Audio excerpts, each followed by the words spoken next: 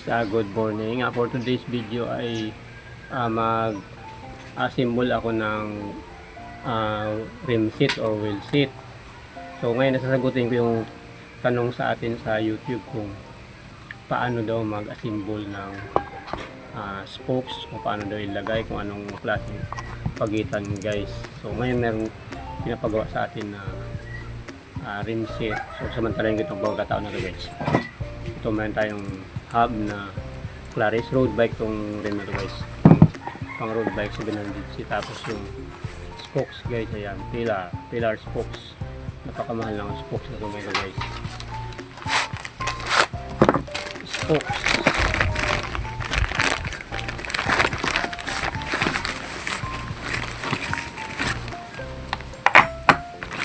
ngayon sa paglagay ng rayo sa hub guys. So ganito yan ang posisyon ng hub natin, ganyan. Paglagay natin ng unang lalagyan natin itong part ng loob guys, no, yung palabas. So ganyan, pag nilagay natin yan, may pagitan na isa yan guys, may pagitan siya na isa dito guys, oh, yan. Yan, nilagay na natin itong isang spokes na ito. Yung butas, lagyan natin ng isang pagitan. Yan. Baga salit-salit siya. Ganyan. Ayan siya. Salit-salit. So may pagitan mo ng isa, ganyan. Yan ang paglagay ng spokes. Yan, nilagay natin yung kabilang side dyan guys, dito sa pinaka prehab na side, sa labas siya. So ang sunod nating lagay naman ay yung dito guys, yung paloob naman. Yun yung kaninang itinira natin na butas. So paloob naman yung lagay natin. Ganyan siya. Ganun lahat yan guys, ulit-ulit lang. Ganyan. Dito natin siya ilagay sa loob pa naman.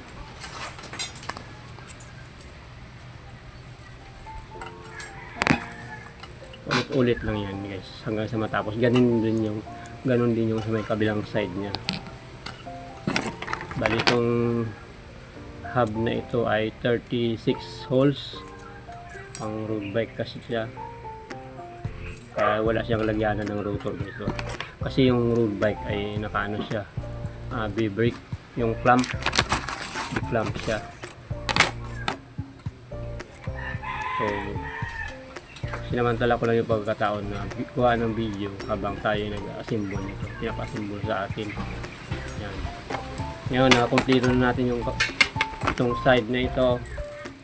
Yan, yung sa may prehab na side. Dito naman tayo sa kabila, ganun din ang gagawin natin guys. So yan, lagyan natin ng pagitan ulit. Yan, isa-isa lang ang pagitan. Yan. So, ilagay na natin yan ng ganyan. Ulit lang yan. Bali, ang spokes na parting labas ay siyam. Sa parting loob naman ay siyam. So, 18 yan. Tapos yung kabila, ganun din 18. Kaya siya ay total of 36. 36 holes. Pillar spokes. Maganda kasi itong pillar spokes na ito guys, magaan lang siya, maliit lang siya. Ano siya, yung alloy spokes, pero matibay siyang klase yung pagka-alloy. Yan, ganun ulit yung kanina, nilagyan natin yung kabilang side, yung hindi natin nalagyan, ngayon naman natin nalagyan siya guys. Ayan, may kulang, hindi ko nalagyan pa ng isa. Igdagan natin.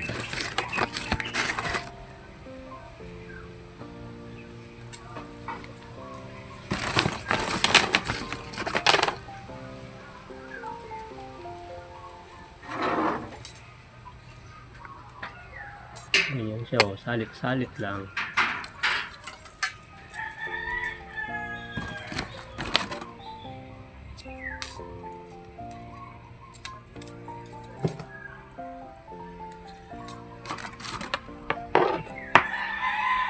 Sa mga gumagawa ng bike, alam nila yan kung paano i-assemble. So sa nagtanong sa atin, so ayan, pinapakita natin. Ayan siya, oh. Ayan. Yung butas na isang side, yan. Yung sumunod sa kanya, dito naman papunta sa loob. Ito. Ganyan siya, oh, salit-salit yan. Itong isa palabas. Ito namang isa paloob. Yung kasunod niya yan. Yan, magkasunod sila. Guys, yan. Kita mo. Tingnan mo na mabuti para malaman mo yan.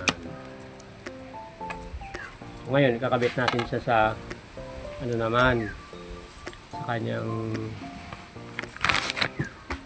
rim. Ito yung kanyang rim, guys. So, Araya. Yan. Pang 700C.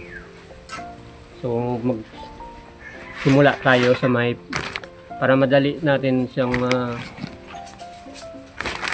symbol na hindi tayo malilito. Magsimula tayo malapit sa may hole ng pito ng interior. Doon tayo magsisimula para hindi tayo maliligaw. So, hanapin natin ngayon yung butas ng pito. Ito. Yan guys. So, yung butas ng pito. Ito. Yung butas ng pito yan. So, dito tayo magsimula. O pwede dito sa kabila. Bahala ka kung anong diskarte mo. Basta dyan tayo magsimula sa malapit na yan para hindi tayo malilito o maliligaw. Ngayon, ang una nating spokes na lalagyan ng nipples ay ito. Yung parting inner side ng hub dito. Parting inner side, yung bandang loob kung sa Tagalog. Pag sa English, inner side. Yan, naintindihan mo yan guys. Napuso na tayo dumating. So, cut mo na yung video. Guys, continue naman tayo ulit sa ano. Kanina, naputol yung ano kasi meron tayong customer na dumating. So, naputol yung pag-video. Ngayon, tuloy ko na guys. So, dito tayo magsimula sa yung ito yung holes ng interior. So, dito tayo magsimula. Tapos, yung spokes na una natin ilagay guys, itong parting loob ng malapit sa, ito yung prehab. So, parting loob tayo magsimula. Lahat yan, diyan tayo magsimula. Paikot hanggang matapos. Tapos, so yan guys, lalagyan na natin ng nipples. Lalagyan natin ng nipples. Sunod naman ulit ay yung katabi nun.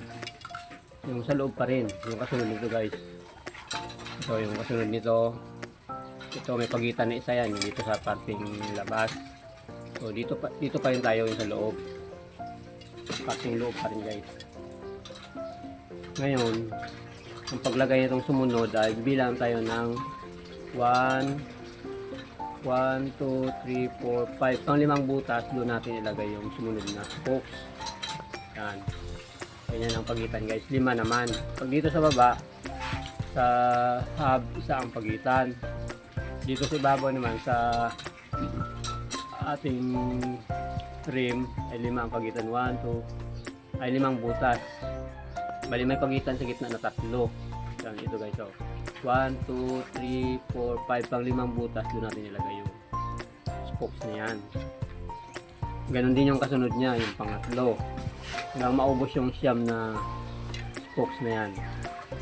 Siyam kasi ang isang side niyan sa bandang loob. Dito siyam yan. So ganon din, bilang kayo ulit ng 5 holes bago dun mo ilalagay yung spokes. Yan lang, ulit-ulit lang yan guys. 5. Bibilang ka ng 5. Yan. 5 bala. 5 ang pagitan bala yan. 5. 1, 2, 3, 4, 5. Pang 6 na spokes na tayo. Ganun pa rin ulit. Pang 5 butas. Doon natin ilalagay ulit. Para magandang galawan. Yan. Ulit-ulit lang. Paulit-ulit lang baga. Yan. 1, 2, 3, 4, 5. Yan. Dito ulit.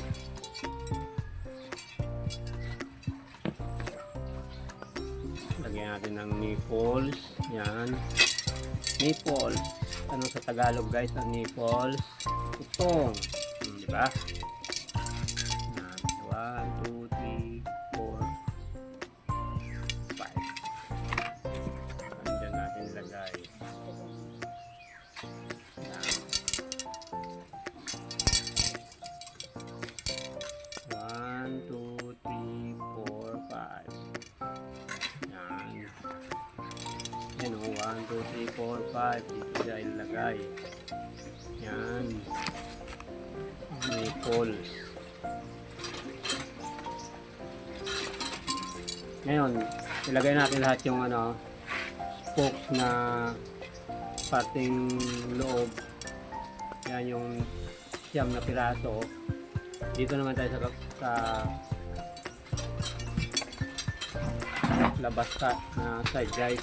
So, yung sa may prehab sa labas naman. Yan. Ngayon, ang gagawin natin ay para may sakto, pipihitin natin yung hub guys. Yan. Pipihitin natin. Ganun. Pag napihit mo siya ng ganun, yung magahinto na yan. Ganyan yung kanyang angle. Saka slanting na yung spokes. So, kukuha ka ng isang spokes dito sa yung hindi pa nilalagay sa kabilang side. Ganyan. Ipagano naman natin yan guys. Hanapin natin kung saan siya sakto. Yan. Ganun. Hanapin natin kung saan siya magsaktong butas. Siyempre pag dito lampas siya sa kabila na to. Yan. Pag dito natin ilagay, lampas. Pag dito, sakto. Yan. Pag dito naman sa baba kapos. So ibig sabihin dito siya sakto. Kaya dyan natin siya ilalagay ngayon. Yan ang tamang ano niya. Linya. O ganyan. So siyempre dito siya sa labas. Napasok natin siya dito. So isang spoke na ito. Pag ano, ilalim natin. Tapos natin siya ilalagay dyan. Saka natin lagyan ng nipples. So dito sa sakto sa gitna na to. Diba? Yung spokes na to na dalawa yung may pagitan na tatlo sa gitna. Dito naman sa ngayon sa 1, 2, 3 pangatlong holes naman diba dito sa isang spokes na to dito sa gitna. May pagitan na isa naman. Yan, dito natin sa ilalagay. Lahat na yun guys, pares-pares na yan hanggang matapos. So, dito na ilagay sa gitna.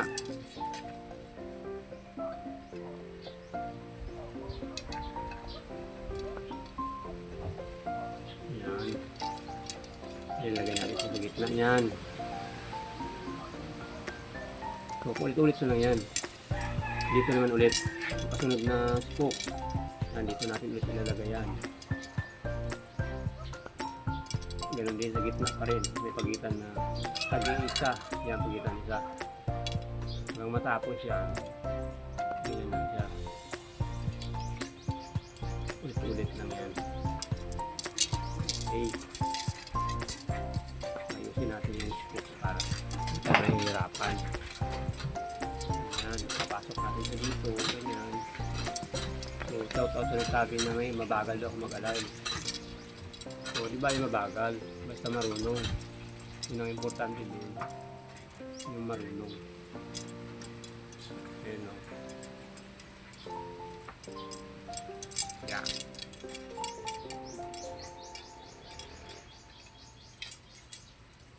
Ano lang siya ito, budget meal lang to na road bike. Classic bike guys, na road bike. Yung rim pa lang classic o yung Araya. Aluminum alloy. Pero siya ay naka-Claris hub bago naka-pillar spoke. Tapos naka-clamp siya ng brake.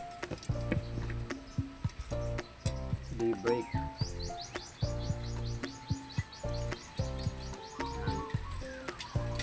Sana maintindihan ng nagtanong sa atin kung paano daw mag-assemble ng maglagay ng rayos.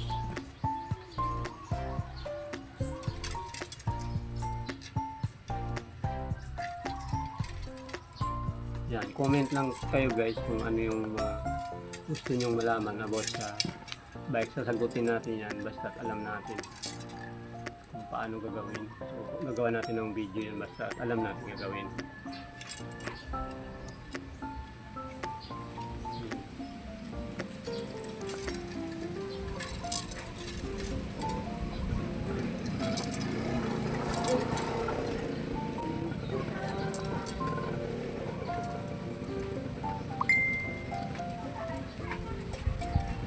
Yan, nakumpleto na.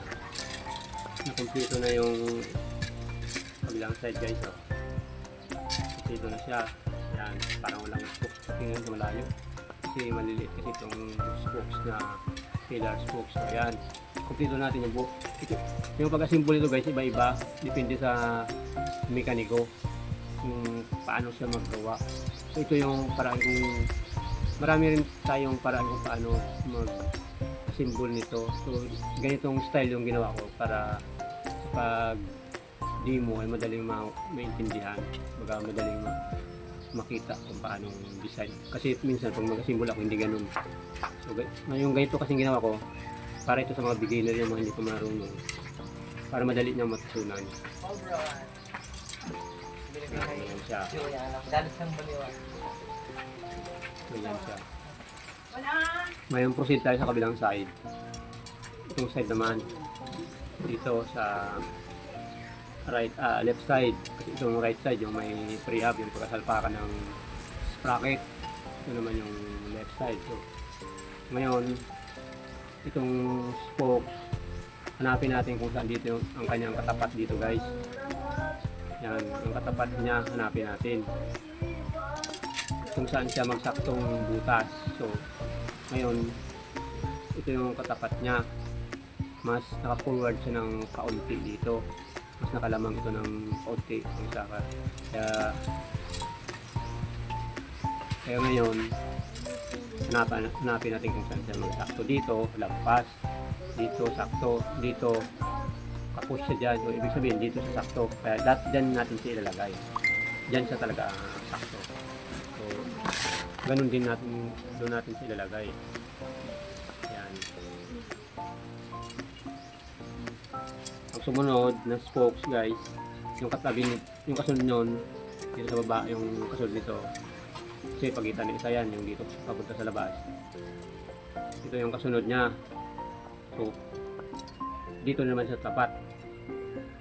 Pag dito kasi sobra, magalabas na yung ano dito. Pag dito sobra siya, magalabas na yung ano, yung dulo dito sa ano, dito sa babaw. Hindi siya sakto dyan. Pag dito sakto siya, dito kapos naman to. Dito siya na tapat. So ganito yung madali yan guys. Dito sa una natin nilagay kanina, bibilang ka rin ng 5. 1, 2, 3, 4, 5 doon. Dito sa pang-5. Madali lang yan. Puro pang-5 ang ano yan. Saan siya magsakto. Pang-5 mula dito sa unang nilagay natin na spoke. Paikot yan, ganun parehas lahat yan. Yan, 5. Dito sa sakto. Pang-5 butas simula doon sa una nating nilagay kanina. Yan, sakto yan. Dito, ganun yan, parehas na parehas. Hindi ka na maliligaw dyan guys pag ganyang paraan ng diskarte mong gagawin. Minsan pag nagagawa ako dito, tapos mayroong nagapanood, ay hindi ko ito ginagawa yung ganitong style na pag-assemble para mahirapan din siya mahirapan siya gaya. Pero kung mayroong gusto na matuto at magpatuloy natin, hindi naman ako madamot guys. Yan, ganyan siya. Yan. Ulit-ulit lang yan guys hanggang sa matapos siya. Yan. kung saan siya magsakto, doon mo na siya ilagay. Huwag lumampas naman, hindi mo magsakto yan, kaya hindi mo malagyan ng ano yan, nipples. Pag kapos naman, ay pag sobra naman dito, malagyan mo sa nipples, kailangan magalapas na yung nipples, ubos na yung thread ng spokes, hindi pa rin nagligpit kasi hindi sakto yung pagkalagay.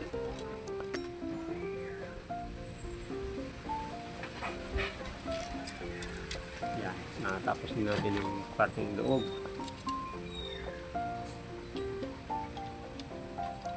Ngayon dito naman tayo sa yan ay inuna natin kanina guys, yung parteng loob ganun din sa ginawa natin ito kanina sa kabila. Parteng loob tayo umuna. Ang lagi natin huli ay yung parteng labas na side para hindi tayo mahirapan. Kasi pag loob yun mahirap magkasabit-sabit ron. Ito maghanap na ito naman spokes na nasa labas tayo. Yung itong side sa labas na to. Yan, hanapin naman natin kung saan siya magsakto ngayon. Dito lampas, dito sakto, pag doon sa baba, kapos na yan, siyempre malayo na, kaya ibig sabihin dito talaga yung sakto niya, kaya dyan natin siya ilalagay. Meron din yan, yung mga pag may lagay na natin yan, isa na yan guys, ito yung una, diretso na yan, madali mo na matrace lahat ng naiiwan dyan na butas ay para na yan sa kanya. Yung kasunod ng spokes, ito, doon na yan, sakto na yan. Ay, madali na siyang ilalagay. Yan na siyang ilalagay.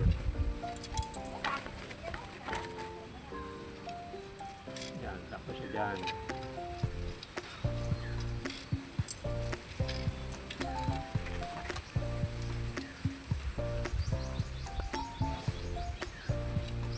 Ulit-ulit lang yan guys, hanggang matapos siya.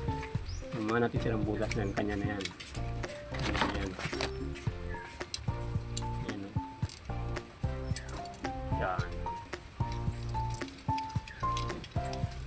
Ano ito guys? Road bike. Road bike. Classic na road bike.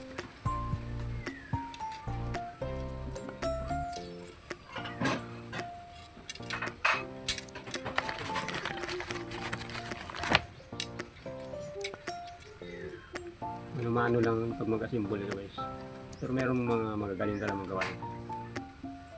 Tayo hindi man tayo magaling. Marunong lang. Marunong lang.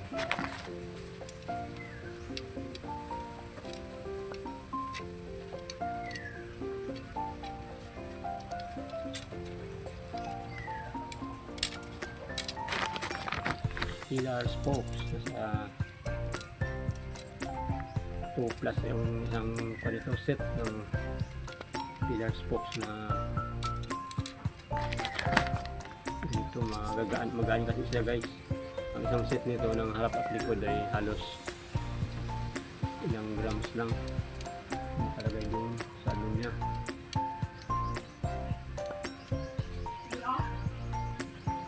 Hindi ko makita yung sulat.